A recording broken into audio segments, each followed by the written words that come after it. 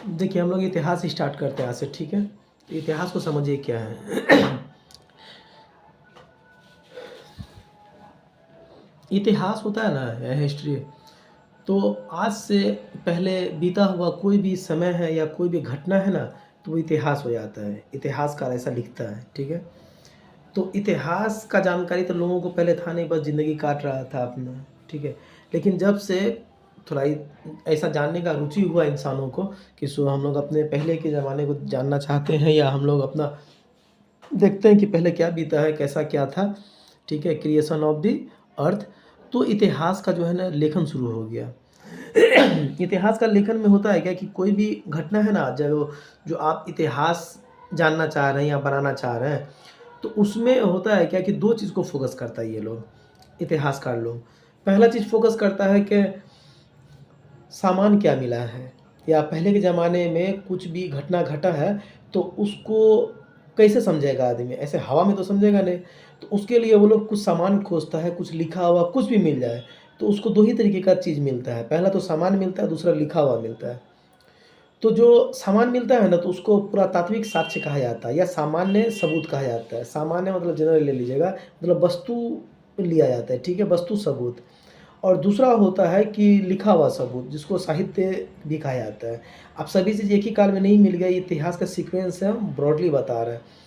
अब देखिए क्या होता है कि किसी भी घटना को, पहले का कोई भी घटना है ना, उसको इतिहास बनने के लिए 2 एग्ज़ाम पास करना होता है, ठीक है? फाइनली जो है ना, उसको जो है सिलेक्शन मिलता है। पहला एग्ज़ाम होता है कि उसका पुरातात्विक सामान क्या मिल रहा है, ठीक है? मतलब कोई भी घटना है पहले, तो वो कोई भी इंसान था तो वो क्या कर रहा था, या वो उसको उस इंसान को पकड़ने के लिए या उस इंसान के बारे में जानने के लिए तो कुछ तो दिमाग लगाएगा ना। तो वो लोग दिमाग 2 ही चीज़ लगाए, एक तो सामान मिले या तो फिर कुछ लिखे या बोले। तो बोलेगा कैसे? तो वो लिखा हुआ मिलता है या फिर सामान मिलता है। तो इस आधार पे जो है ना, दोनों चीज़ अगर एक दूसरे को पूरा करेगा, तो फाइनली जो है ना इतिहास बन जाएगा कोई भी घटना। और अगर दोनों चीज़ एक दूसरे को फाइनली कंप्लीमेंट नहीं करेगा, या एक दूसरे को सपोर्ट या सहयोग नहीं देगा एक दूसरे को, तो वो घटना फिर इतिहास नहीं बनेगा, ठीक है? तो किसी भी पहले की घटना को इतिहास बनने के लिए 2 चीज़ में फेस करना पड़ेगा। पहला तो पुरातात्विक, कि उसको सामान क्या मिला है, और दूसरा मिलेगा कि लिखा हुआ क्या है उस बारे में, उस घटना के बारे में लिखा हुआ क्या है। उस घटना का सामान अगर मिल जाएगा, तो फिर लिखा हुआ खोजेगा कि इस बारे में लिखा हुआ कुछ बता रहा है कि नहीं। और अगर मान लिया जाता है कि सामान नहीं मिला उसको खोजने पे, लिखा हुआ मिला, तो फिर लिखा हुआ के हिसाब से सामान खोजेगा कि सामान कहाँ पे है, ठीक है? तो जब दोनों एक दूसरे को पूरा कर देगा कि कुछ लिखा हुआ है कि यहाँ से इतना दूरी पर, अब वो नापेगा, इतना दूरी पर मिल जाएगा, तो इसका मतलब बात सही है। और अगर नहीं मिलेगा, तो इसका मतलब है कि भाई हो सकता है कोई बढ़ा चढ़ा करके लिख दिया हो, या फिर पहले के ज़माने में होता क्या था कि राजा के दरबार में अगर कोई प्रोफेसर आता था या कोई राइटर आता था जो कि उसको लिखता था उसके मतलब राज दरबार के बारे में या फिर उसके साम्राज्य के बारे में और युद्ध के बारे में या किसी भी चीज़ के बारे में, अगर राजा के अनुकूल ना हो, राजा के मतलब कंडीशन के हिसाब से उसकी प्रशंसा ना हो, उसका इंसल्ट हो, तो राजा फिर उसका जो है गला काट देता था। तो इसके लिए जो है ना, वो प्रशंसा के लिए, अपनी जान बचाने के लिए उसकी प्रशंसा ही करता था। अब बाद में पता चलता था कि ये राजा ढक है। तो इस मान लिया जाता है कि लिखा हुआ कोई सामान मिला, ठीक है? तो उस सामान को मिला तो ठीक है, अब उस सामान को बाकी तरीके से भी चेक करेगा कि इस इतिहास मतलब कि परफेक्ट घटना।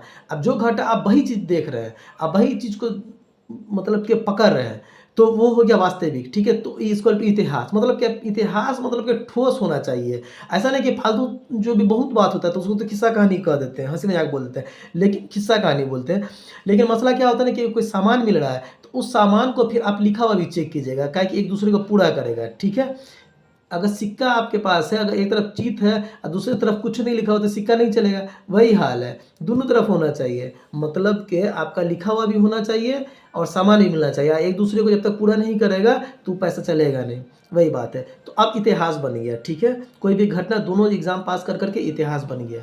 अब इतिहासकार सब का काम किया है कि पूरे इस सबूत के आधार पर, जो भी सबूत मिल रहा है, दोनों तरीके से चेक करने के बाद कोई भी एग्ज़ाम पास हो रहा है, ठीक है? उस आधार पे जो है ना, उस बेसिस पे इतिहास को 3 पार्ट में बाँट दिया है, ठीक है? पहला पार्ट है प्रागैतिहासिक काल, दूसरा पार्ट है अर्ध ऐतिहासिक काल या शुरुआती इतिहास, और तीसरा है ऐतिहासिक काल। अब इस तीनों का विशेषता समझिए क्या है। पहले वाले में क्या होता है ना प्रागैतिहासिक काल में कि उसमें केवल सामान्य मिलता है, उसमें लिखा हुआ का कोई उम्मीदें नहीं है, कोई पढ़ाई हुआ नहीं था उस समय में, अन्य लिटरेचर का डेवलपमेंट हुआ था, तो वो उसमें सिर्फ सामान मिलेगा, ठीक है। पत्थर का आदमी लोग इस्तेमाल कर रहा था और मतलब कि पत्थर से ही सारा काम कर रहा था, तो वो लिखा हुआ कुछ मिल भी नहीं किया है। दूसरी बात क्या है कि एक है प्रागैतिहासिक काल के बाद ऐतिहासिक काल। अब ऐतिहासिक काल क्या है ना कि इस प्रागैतिहासिक काल जो है ना 25 लाख से लेकर के 10,000 तक चला है, ठीक है। ये समझ लीजिए, डेट को लेकर कितना आदमी कंफ्यूज हो जाता है कि भैया बता तो रहे लेकिन डेट वेट तो बताइए।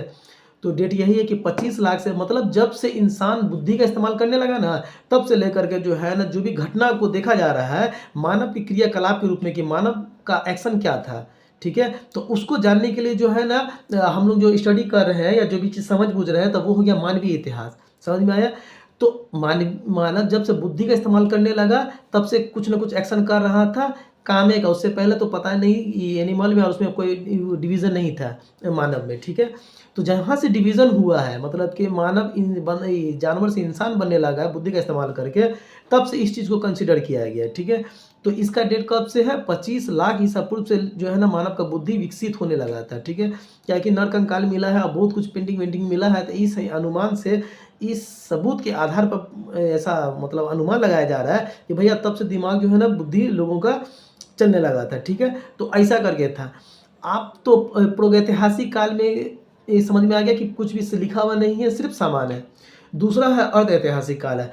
अर्ध ऐतिहासिक काल में क्या है ना कि दो को ऐसा फेज गुजरा है भारत में, ठीक है, ये 10,000 साल के बाद, कि जिसमें जो है ना दोनों एक दूसरे को कम्प्लीमेंट नहीं करता। एक तो साफ है प्रागैतिहासिक काल में कुछ लिखा हुआ मिल भी नहीं किया है, लेकिन दूसरा जो कंडीशन है जिसमें आपको लिखा हुआ मिला है या सामान मिला है, तो एक दूसरे को कम्प्लीमेंट नहीं कर, इसी के लिए उसको कहा गया अर्ध ऐतिहासिक काल या शुरुआती इतिहास।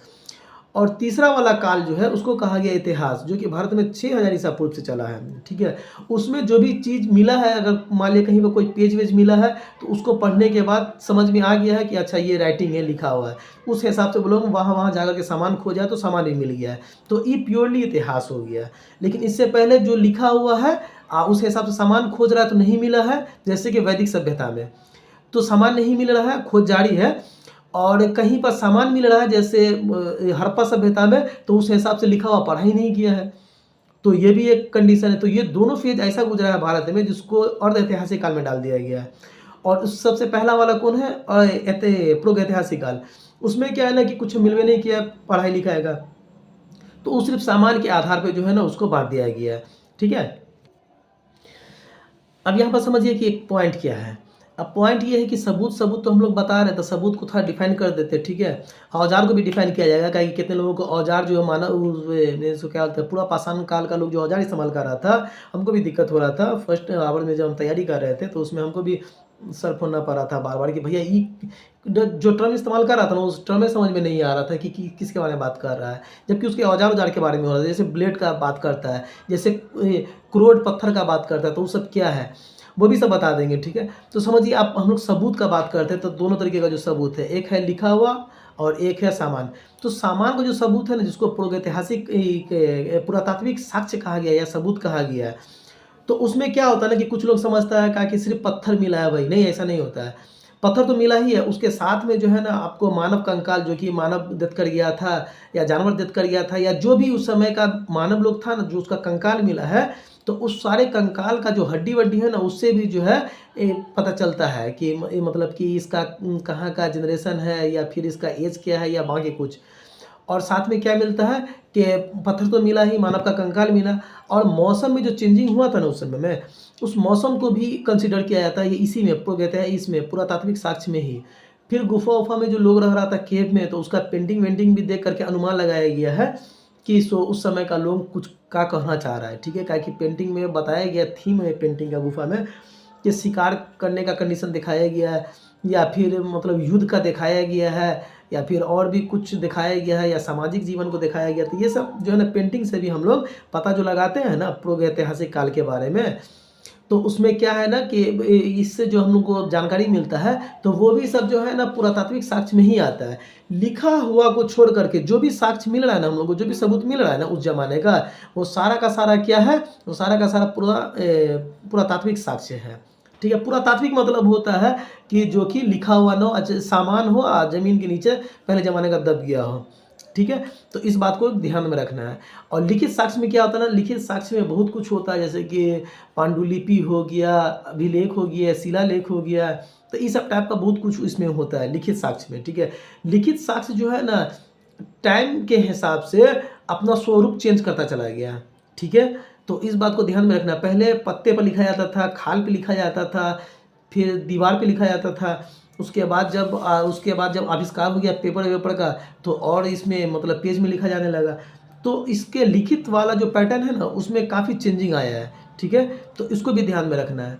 तो इससे ये दोनों चीज़ बता दी हैं, इसमें क्या है नहीं है। और लेक्चर ज़्यादा लंबा हो जाएगा, इसके लिए फिर धीरे-धीरे करके कि इसको समझिए, पेज दे रहे हैं उसका नोट्स बनाइए, आप पढ़ाई कीजिए, ठीक है। जय हिंद।